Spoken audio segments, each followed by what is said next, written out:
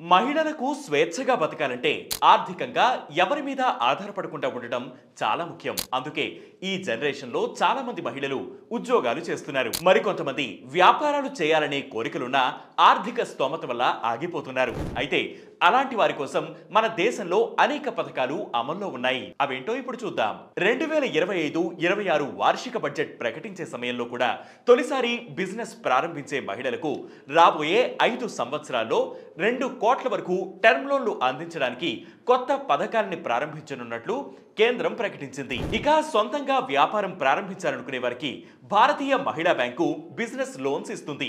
ఈ స్కీమ్ కింద 10.15% వడ్డీ రేటుతో 20 కోట్ల వరకు లోన్ ఇస్తారు. సూక్ష్మ చిన్న తరహా పరిశ్రమలైతే కోటి వరకు ఎలాంటి తనఖా లేకుండానే లోన్ ఇస్తారు. ఫుడ్ క్యాటరింగ్ బిజినెస్ లో ఇంట్రెస్ట్ ఉన్న మహిళలు అన్నపూర్ణ స్కీమ్ కింద 50,000 వరకు లోన్ తీసుకోవచ్చు. ఈ పథకంలో బ్యాంకు ప్రాంతం బట్టి వడ్డీ రేటు మారుతుంది. దీన్ని 3 ఏళ్లలో తిరిగి చెల్లించాలి. Trade related entrepreneurship assistance and development అనే స్కీమ్ ద్వారా మహిళలకు తయారీ, సేవలు, వ్యాపార రంగాల్లో కావలసిన లోన్, ట్రైనింగ్ ఇస్తారు. మొత్తం ప్రాజెక్టు ఖర్చులో 30% వరకు ప్రభుత్వం గ్రాంట్ కింద అందజేస్తుంది. ఇక మహిళా వ్యాపారవేత్తల కోసం కేంద్ర శిశు మహిళాభివృద్ధి శాఖ మహిళా ఈ హాత్ అనే మార్కెటింగ్ ప్లాట్ఫామ్ ను ప్రారంభించింది. మహిళా వ్యాపారవేత్తలు, స్వయం సహాయక సంఘాలు, లాభాపేక్ష లేని సంస్థలు తమ ఉత్పత్తులను ప్రమోట్ చేసుకునేందుకు దీన్ని ఉపయోగించుకోవచ్చు. ఇవి కాకుండా అనేక బ్యాంకులు మహిళలకిచ్చే లోన్లపై వడ్డీ రేట్లలో రాయితీనిస్తాయి.